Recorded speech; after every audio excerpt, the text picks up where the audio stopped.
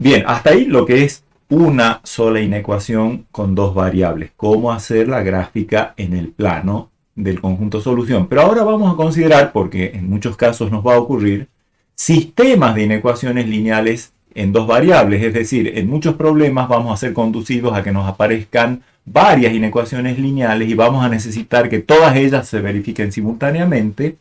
Vamos a ver que todo lo que llevamos visto de manera natural nos permite realizar la resolución. Vamos a comenzar considerando sistemas de dos inecuaciones lineales en dos variables. Es decir, supongamos que yo tengo dos inecuaciones lineales de 1 por x más e1 por y mayor o igual que f1, mayor o igual, digamos, por decir, podría ser cualquiera de los operadores, y otra de 2 por x más e2 por y menor, digamos, que f2.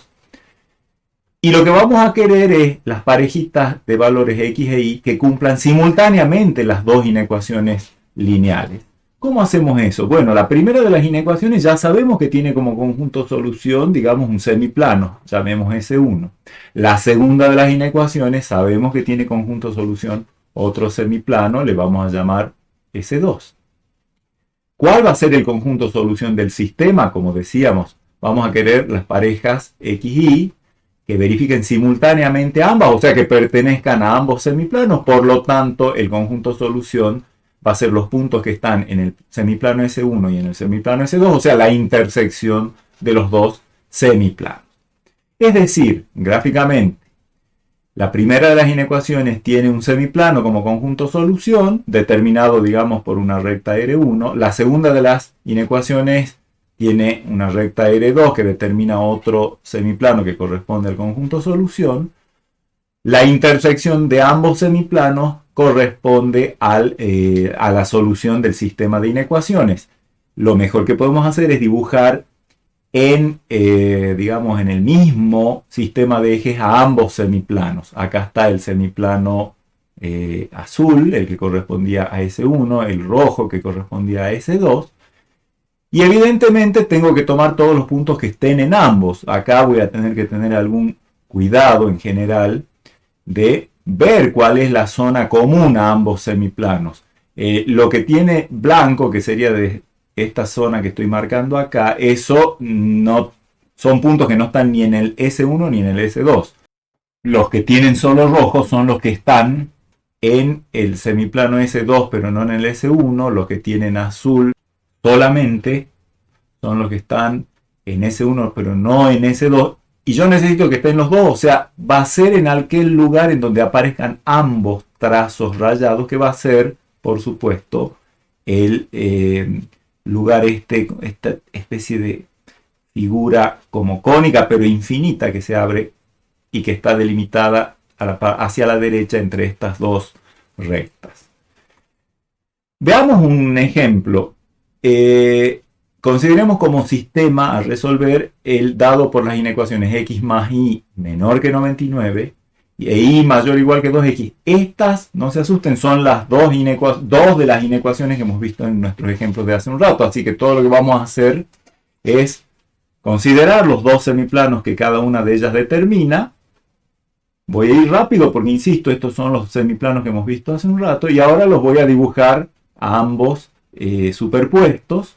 ¿Cuál va a ser el conjunto solución? El que contenga la intersección de los dos semiplanos, que es gráficamente esta zona que estoy marcando. Por supuesto se abre hacia la izquierda de manera infinita, pero es en donde veo que están los dos trazos que corresponden a los dos semiplanos. Acá no hay puntos que satisfagan ninguna de las dos. Acá están los que satisfacen la segunda pero no la primera. Acá están los que satisfacen la primera pero no la segunda. Y acá están los que satisfacen las dos. Si pasamos en limpio esa figura y nos quedamos solo con el conjunto solución, me quedo entonces con esa parte que, como les digo, dibujo hasta ahí porque bueno, se me acaba el pizarrón, pero esto yo me tengo que imaginar que es una figura que se extiende hacia la izquierda infinitamente.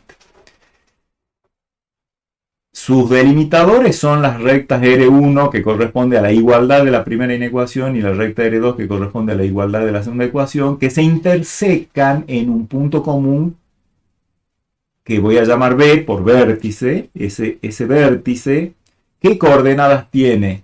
Corresponde a encontrar la intersección de R1 con R2, cosa que ya sabemos hacer porque es simplemente resolver el sistema formado por la ecuación que corresponde a la recta R1 con la ecuación que corresponde a la recta R2. O sea que para obtener las coordenadas de B, resuelvo el sistema x más y igual a 99, que corresponde a la recta R1, e y igual a 2x, que corresponde a la recta R2. Eso es algo que incluso lo hemos hecho hace un rato. Digamos, estas dos ecuaciones son las mismas que aparecían en el problema de las edades, y las coordenadas son 33 y 66. Que no está en el conjunto solución, me interesa que adviertan eso. ¿Por qué no está en el conjunto solución?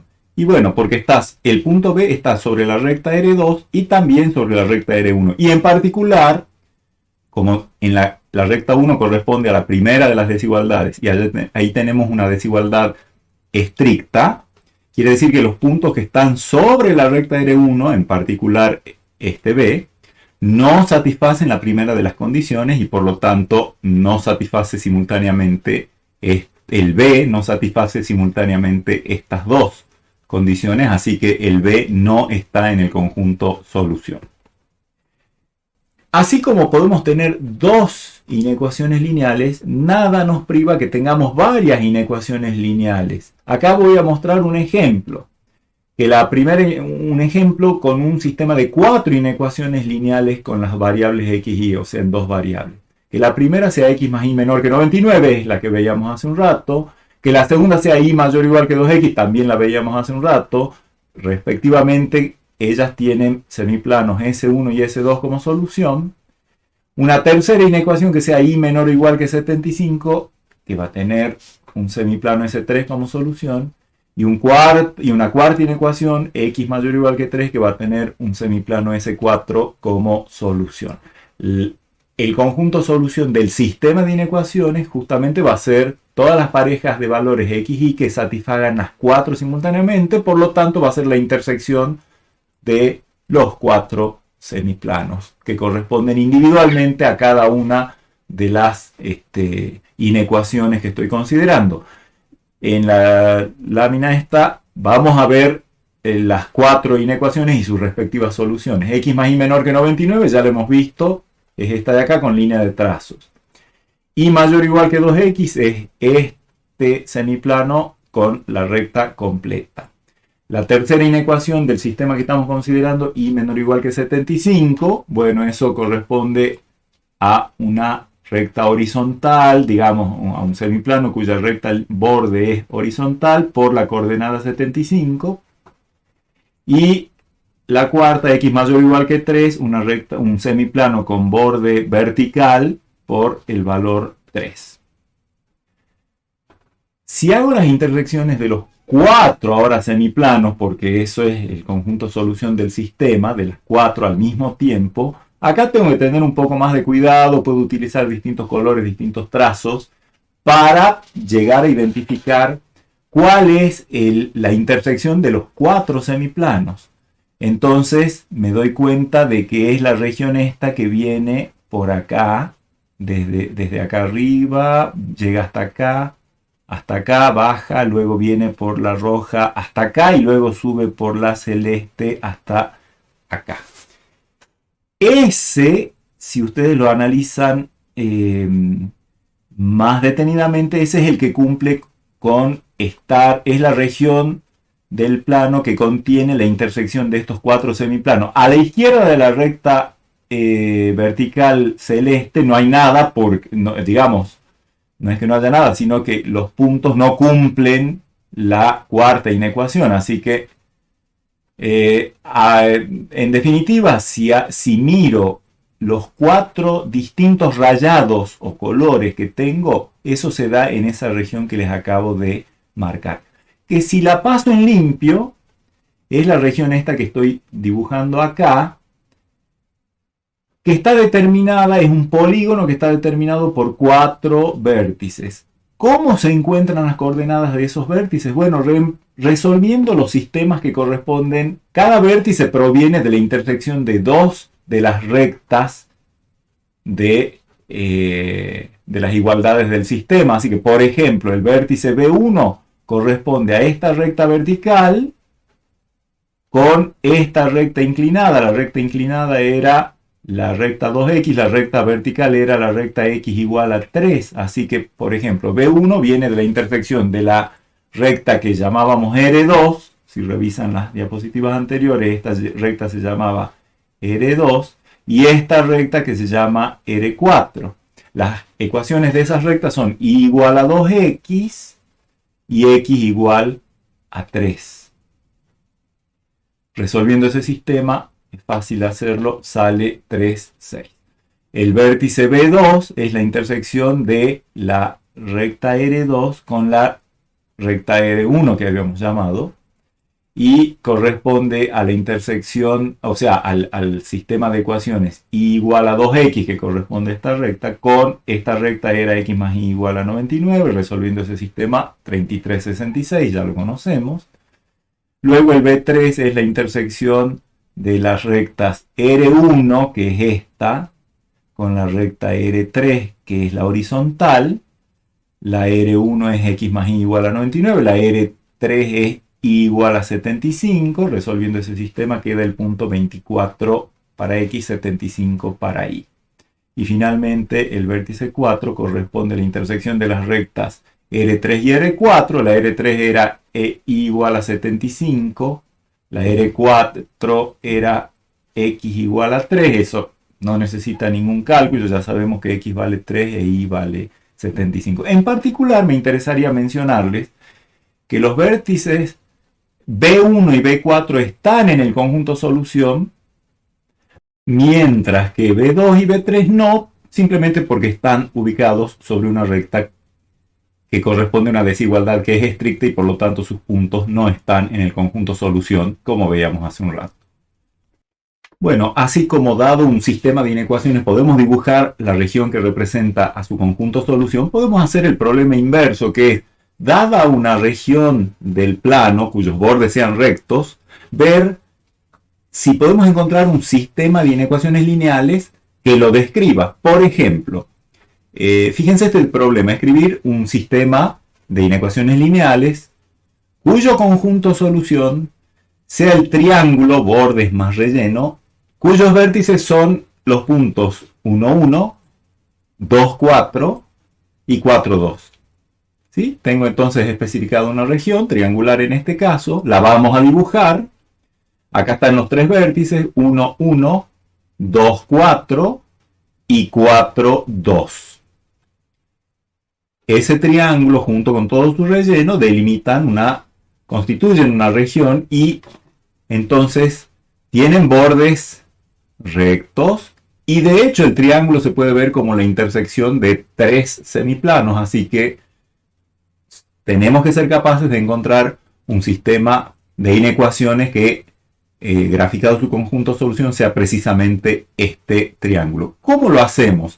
Bueno, lo mejor es ver a los tres vértices como que de a dos, cada parejita de esos tres vértices genera o corresponde a una recta que pasa por ellos. Por ejemplo, le llamo B1 al vértice 1, 1, B2 al vértice 2, 4 y B3 al vértice 4, 2.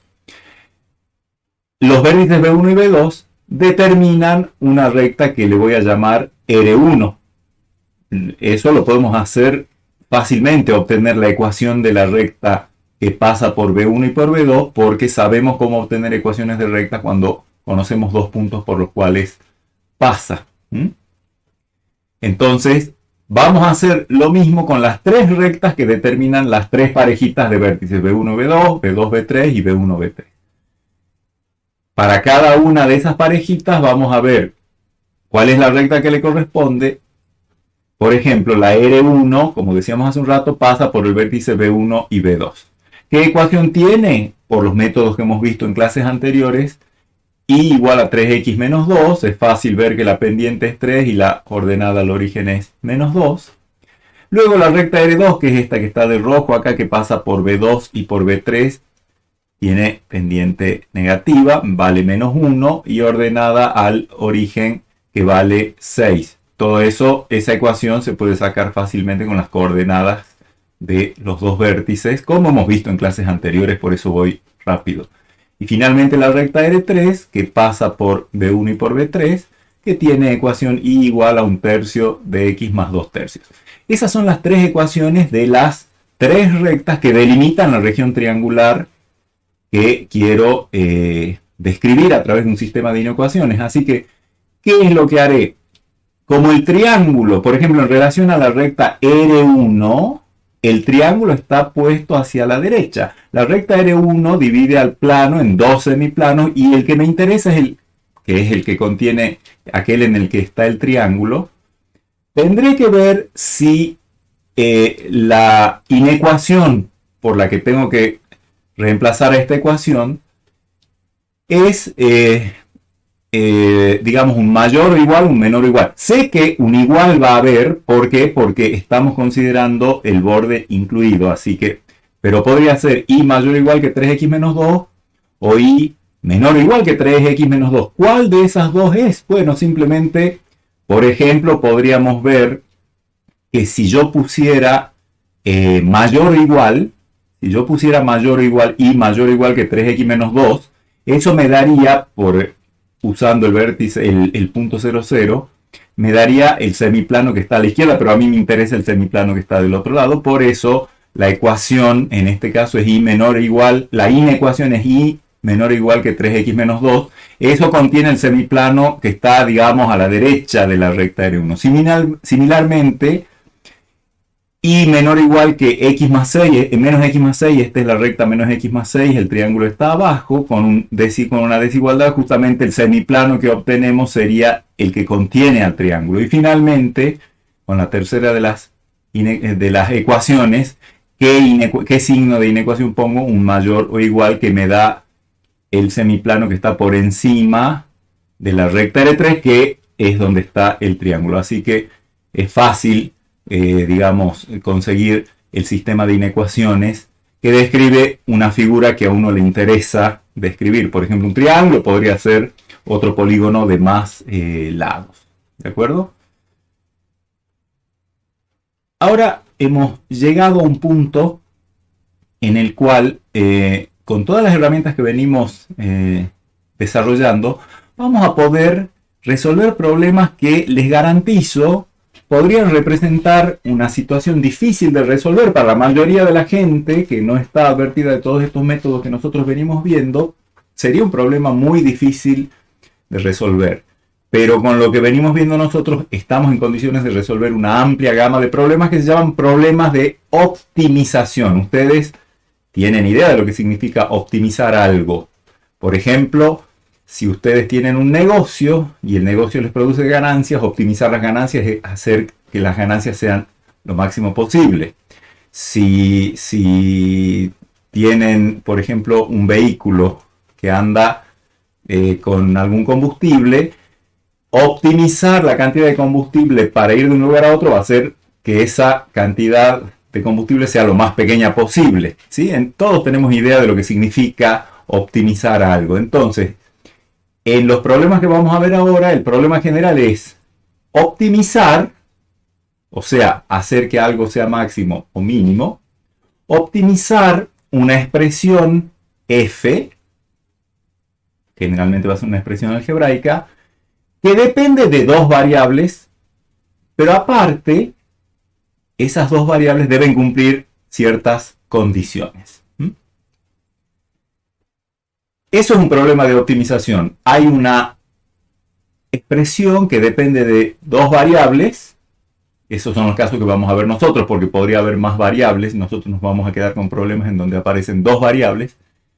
Y esas dos variables, aparte de que yo quiero que f sea lo más grande posible, esas dos variables deben cumplir ciertas condiciones. Ya vamos a ver ejemplos para que se den cuenta de qué es lo que estoy hablando acá. Cuando uno entra en un problema de optimización, hay una terminología específica que conviene aprender. Esta expresión, que depende de dos variables y que es lo que uno quiere optimizar, la vamos a llamar función objetivo. A las condiciones que deben cumplir las dos variables, las vamos a llamar restricciones. Y a las condiciones que deben cumplir las dos variables, las vamos a llamar condiciones. A las condiciones que deben cumplir las dos variables, las vamos a llamar restricciones. Y a las condiciones que deben cumplir las dos variables, las vamos a llamar condiciones. A las condiciones que deben cumplir las dos variables, las vamos a llamar restricciones. Y a las condiciones que deben cumplir las dos variables, las vamos a llamar restricciones. Y vamos a llamar región de factibilidad del problema a las combinaciones de los valores de las variables que cumplen con todas las restricciones. O sea, en otras palabras, esas restricciones o esas condiciones, en general no todas las parejas de valores de las variables las van a cumplir. Las que sí las cumplan se van a llamar, vamos a decir que todas esas forman lo que se llama la región de factibilidad del problema. O sea que en general uno tiene dos variables, les vamos a llamar x e y, y las restricciones, o sea, las condiciones para las variables me dicen, mira, que x e y sean una parejita que esté, por ejemplo, dentro de esta zona verde. Y entonces el objetivo es encontrar dentro de la zona verde, incluido borde y relleno, una pareja de valores x0 para x e y0 para y, tales que cuando yo evalúo la expresión f en esa parejita x0 y y0, yo tenga el valor óptimo posible, o sea, el más grande posible o el más chico posible, dependiendo del problema que tenga, si me interesa maximizar o minimizar. Hay mucha teoría sobre los procesos de optimización, hay muchos estudios sobre optimización. Nosotros nos vamos a concentrar en la optimización lineal. En la optimización lineal, la función objetivo, o sea, la f, es una función lineal en las dos variables. Y eso quiere decir que la expresión que define a f es de la forma algún coeficiente por la variable x más otro coeficiente real por la variable y más un tercer coeficiente número real. O sea, a, b y c son numeritos reales conocidos. Y las restricciones en la optimización lineal van a ser inecuaciones lineales en dos variables. O sea que las restricciones van a ser una cierta cantidad de inecuaciones lineales. La primera, la segunda, la tercera, la cuarta, hasta la késima inecuación lineal. O sea, tengo k inecuaciones lineales que sabemos que determinan una región de factibilidad, es decir, un conjunto solución. Entonces, en la optimización lineal, yo tengo función objetivo lineal e inecuaciones lineales en carácter de restricciones para las variables. En los estudios más generales de optimización, la función objetivo puede no ser lineal y las restricciones pueden no ser inecuaciones lineales, pero en optimización lineal, que es lo que nosotros vemos acá, tenemos ese caso, función objetivo lineal y restricciones que son inecuaciones lineales. ¿De acuerdo? Los problemas de optimización lineal también se suelen llamar problemas de programación lineal. Prefiero este nombre.